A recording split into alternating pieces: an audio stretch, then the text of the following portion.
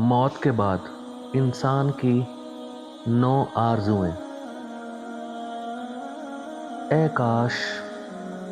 میں مٹی ہوتا، اے کاش میں نے اپنی آخری زندگی کے لیے کچھ کیا ہوتا، اے کاش مجھے میرا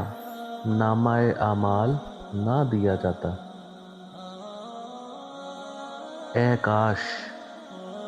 میں فلاں کو دوست نہ بناتا، اے کاش ہم نے اللہ اور اس کے رسول کی فرما برداری کی ہوتی، اے کاش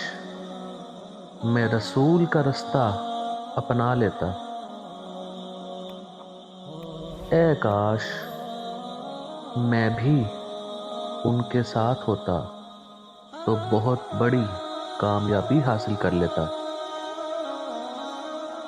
اے کاش میں نے اپنے رب کے ساتھ کسی کو شریک نہ ٹھہرایا ہوتا، اے کاش کوئی صورت ایسی ہو کہ ہم دنیا میں پھر بھیجے جائیں اور اپنے رب کی نشانیوں کو نہ جھٹلائیں اور ایمان لانے والوں میں شامل ہوں۔ انسان کے 3 حصے ہیں، ان میں سے ایک حصہ اللہ کا، ایک اپنا انسان کا اور ایک حصہ کیڑوں کا۔ بس جو حصہ اللہ کا ہے وہ روح ہے، جو حصہ خود انسان کا ہے وہ عمل ہے، اور جو حصہ کیڑوں کا ہے وہ جسم ہے۔ 9 باتیں جو روزمرہ کی زندگی میں ہمارے لیے بہت فائدہ مند ہے۔ اگر خوشی چاہتے ہو تو وقت پر عبادت کرو، اگر چہرے کو پر رونق بنانا چاہتے ہو تو تہجد نماز پڑھو، اگر سکون چاہتے ہو تو قرآن پڑھو، اگر صحت چاہتے ہو تو روزہ رکھو، اگر مصیبتوں کا حل چاہتے ہو تو استغفار کرو، اگر برکت چاہتے ہو تو درود شریف پڑھو، اگر مشکلات ختم کرنا چاہتے ہو تو لا حول ولا قوت الا باللہ پڑھو، اگر غموں سے نجات چاہتے ہو تو دعا مانگو۔ حضرت علی رضی اللہ تعالی عنہ نے فرمایا 6 چیزوں کی شکایت کبھی نہ کرنا: اپنی قسمت کی، اولاد کے سامنے اپنے بڑوں کی، اپنا ذاتی مکان ہوتے ہوئے اس کی تنگی کی،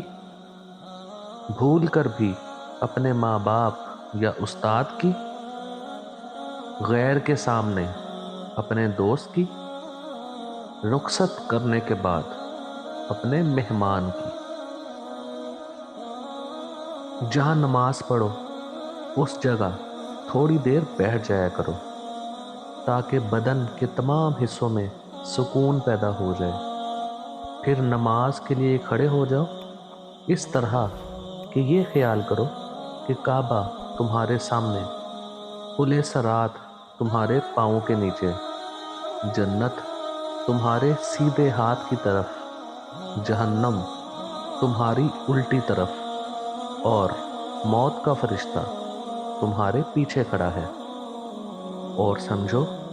کہ یہ آخری نماز ہے، فضول خیالات سے نجات ملے گی۔ اللہ نیکی کی بات پھیلانے والے کو جزائے خیر عطا فرمائے۔ حضرت موسیٰ علیہ السلام نے ایک بار